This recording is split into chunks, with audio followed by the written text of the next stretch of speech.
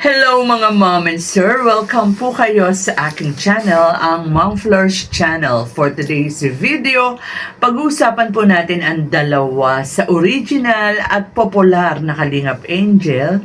Dalawa sa popular na Kalingap Angels ni Kalingap Rab. Walang iba kundi si Joy Diwata at si Dara Bells. Kasi nakita naman po ninyo sa thumbnail, parang pag na may mga nababasa ako o marami akong nababasa na parang nagkakapareho, no? Parang pareho sila ng sitwasyon ngayon. Nagkakapareho sila ng sitwasyon in terms sa pagka merong dumarating ng mga bagong pwedeng i-love team, ganyan mga prospect na pa pwedeng i-love team kay Joy, kay Dara, 'di ba? Kasi lately maingay ang muli na namang umiingay si Joy kasi doon nga sa kanyang photoshoot, video shoot ng Velvet Box Watch ay merong isang napaka-cute na guy na ipinakilala sa kanya, si Boss Alvin, 'di ba, ng ALM. Alam naman natin 'yun eh. Kumbaga kalat na. Ito nga ay si Fran. At naging mix reaction, 'di ba, ang pagtanggap sa Fran Joy, di umano Fran Joy. Doon sa Fran Joy kasi parang may bumubuo na ng ketchup group. Ketchup group kasi raw parang tunog ketchup daw yung yung pinagsamang name ni Fran tsaka ni Joy. Fran Joy, di ba? Para raw Japan. So, yun na nga po. Tapos meron pang Team Brace, di ba? So, ang dami ng mga gustong gumawa ng grupo saka sa sa team up nila. So magandang senyales 'yun na tanggap, no? Tanggap kasi malakas naman talaga ang dating. Kasi ako parang nakukutan ako sa unang pa lang, 'di ba? Sa unang pagme-meet pa lang nila, parang merong kumbaga sa may magic, may magnet, no? Kumbaga sa may magnet. And may tawag si Kuya Val dun kapag pagka parang nakakainganyo ka ng mga viewers, no? Magnetic touch ba yung tawag ni Kuya Val doon? So, yun talaga, meron akong, kumbaga sa parang may ramdam ako na magkiklik itong Franjoy. Kaya nga lang, may mga nababasa nga tayo na parang may mga, katulad nga, sinabi ko, katulad ng kay Dara, na parang hindi sila, umaayaw sila sa muling pakikipagtambal o pagkikipag-love team ni Joy. Para sa kanila, sponsors and supporters tong nababasahan ko. Para sa kanila ay tama na yung dalawang failed love team ni Joy. Mas mabuti pa kung magko-concentrate na lang daw si Joy sa pag-aaral. So, ganun din, di ba? Nakakabasa rin tayo kay Dara ng ganyan. Pagka may mga after Ras, may mga bagong love, may mga bagong K-boys or may mga bagong guy na sinasabi di umano na magiging ka-love team ni Dara. Parang nakakabasa ako ng mga ganong comment na sana hindi na lang mag-love team si Dara. Mas maganda kung mag-concentrate na lang siya sa pag-aaral niya at pag-aalaga kay Bea. Total naman, nasusuportahan namin siya with or without love team, mga ganon. May mga supporters na ganon din, no? Nag-a-agree sila.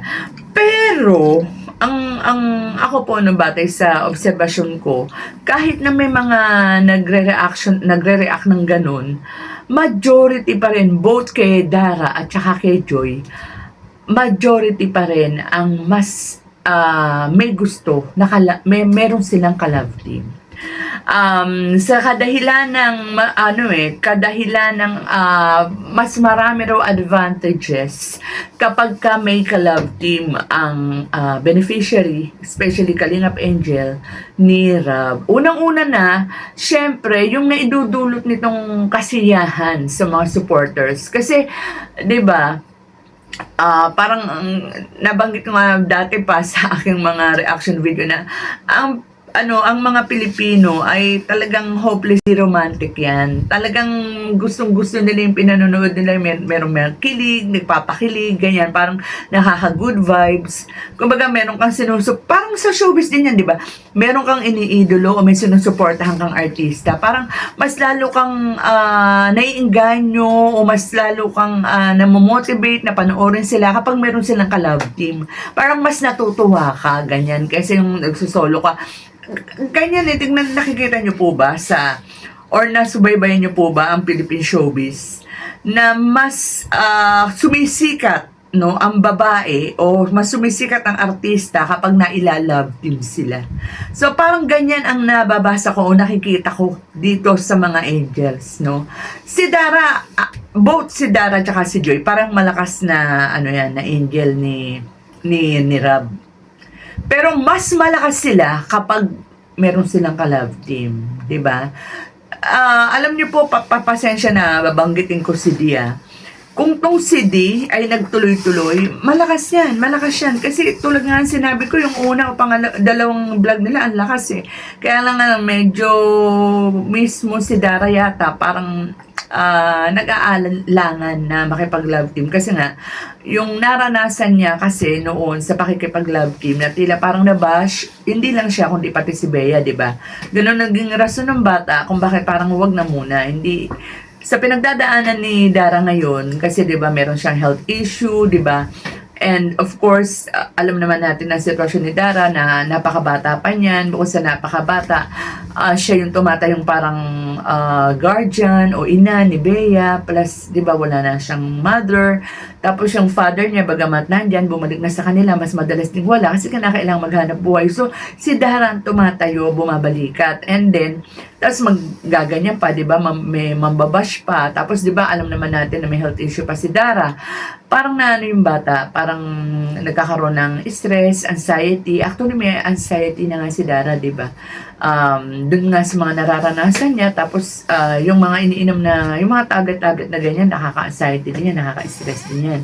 So, kaya si Dara na mismo ang tumatanggi na wag na muna sana. And tignan natin siguro kapag magaling na si Dara o pagka medyo nag-mature na yung bata. Actually, mature yung isip niya eh. Ang sinasabi ko rito is kung halimbawang, kasi 17 lang siya, di pa 18 pa lang siya sa December. Malay natin. Pero sa ngayon, ayaw pa ni Dara. No?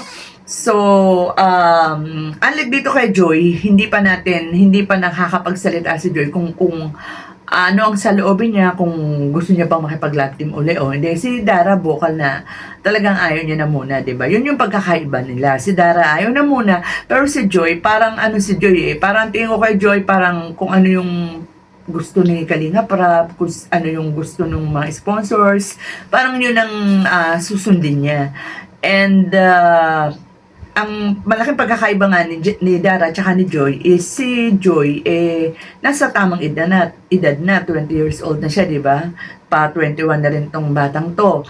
And isa pa, second year college na, kumbaga mas mature na siya, tsaka nandyan yung family niya talaga nasa likod niya, lalo-lalo na ang kanyang mahal na ina at ang kanyang ate, di ba?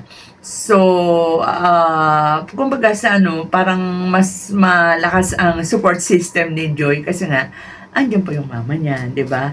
So, sa tingin ko, sa aking sariling pananaw, mas okay kung papayag si Joy na ituloy ang Fran Joy kasi tulad nga ng nasabi natin kanina, iba ang charisma kapag merong ka-love team. Parang mas yung gusto ng mga supporters nga, no, mas laging nabablog, mas madalas nabablog, di ba? At saka sabi nga nila, natawa ko dun sa isang comment kapag may mga event ang Kalingap, hindi ako kasi sino-sino ang naipapartner kay Joy, pati raw may asawa na pinapartner kay Joy. So, yung gusto nila, yung talagang may ka-partner. Lalo na laging may event ang Kalingap, di ba? May mga birthdays, ang mga kay Angels, mga kay Boys. Lalo na kapag may mga may mga parties, gusto na talaga merong love team para yun yung partner. Kaya katulad kay Edsy, di ba? Kay Kevianse, tsaka kay Edu, kay Carla, tsaka kay Jomcar. So, sana nga raw meron. Tsaka ito nga ni Chris, no? Kasi si Joy, kumbaga sa talagang nasa, top, di ba? Top of the world. Hindi.